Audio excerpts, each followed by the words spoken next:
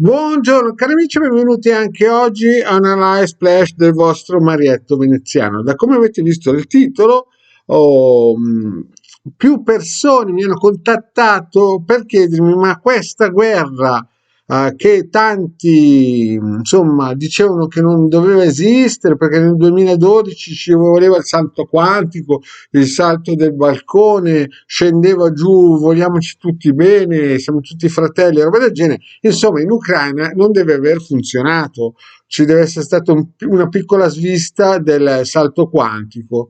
E alcuni mi stanno domandando: ma qui c'è una guerra commerciale, perché abbiamo visto che i cinesi adesso hanno delle navi che riescono a portare fino a 5.000 veicoli elettrici in Europa. Insomma, cosa sta succedendo, Marietto? Perché quelli del 2012, vogliamoci tutti bene, non si sentono più, sono un po' spariti, sono stati un po' un fuoco di paglia.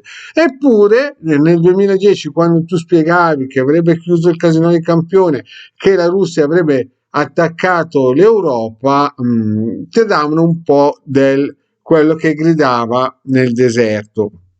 Beh, cari amici, se avete seguito il Degato Manetto Veneziano, voi sapete che ormai la guerra è alle porte. L'Ucraina purtroppo si sta sacrificando per difendere la nostra tavola, perché noi stiamo ancora mangiando abbondantemente senza problemi, mentre il popolo ucraino sta soffrendo.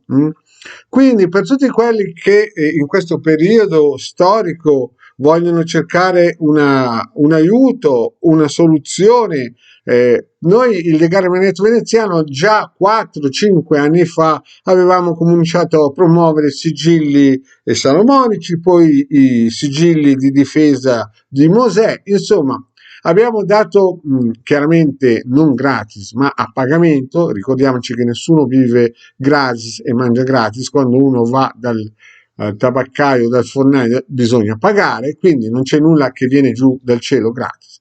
Abbiamo dato la possibilità a chi ci crede, non a quelli del New Age, vogliamoci tutti bene, ma a quelli che vogliono costruire già delle barriere di difesa in procinto di quello che avverrà, per il semplice fatto che dopo l'Ucraina il Marietto vi dice già: il prossimo è sicuramente al 90% la Polonia, e dopo dalla Polonia in avanti si salvi chi può. Ma qui lo dico e qui lo ripeto: chi è attento a queste cose sa benissimo che se si attiva con dei circuiti, con dei sigilli, con dei riti propiziatori, e qua vi metto appunto come si dice, uno quadrante radiostesico che serve proprio per individuare il rito ideale per poter difendere la propria famiglia, la propria casa, la propria fabbrica, i propri interessi di fronte a quello che ormai sarà inevitabile. Quindi, cari amici, la Hilde, il Varietto sono sempre pronti a darvi una mano, contattateci, sapete che noi siamo sempre disponibili a seguirvi, a darvi nuove dritte, a pianificare una strategia di difesa, di uscita. Insomma, siamo qui per voi, noi ci siamo. Il De Garda, voi sapete il suo numero di telefono, sapete che ha un sito internet, il Capitano, sapete che ha anche un bellissimo canale con più di 5.000 iscritti che lo seguono, e abbiamo anche due bellissimi gruppi Face, no? Dove potete ogni martedì seguirci nelle dirette di Sibilla Interattive.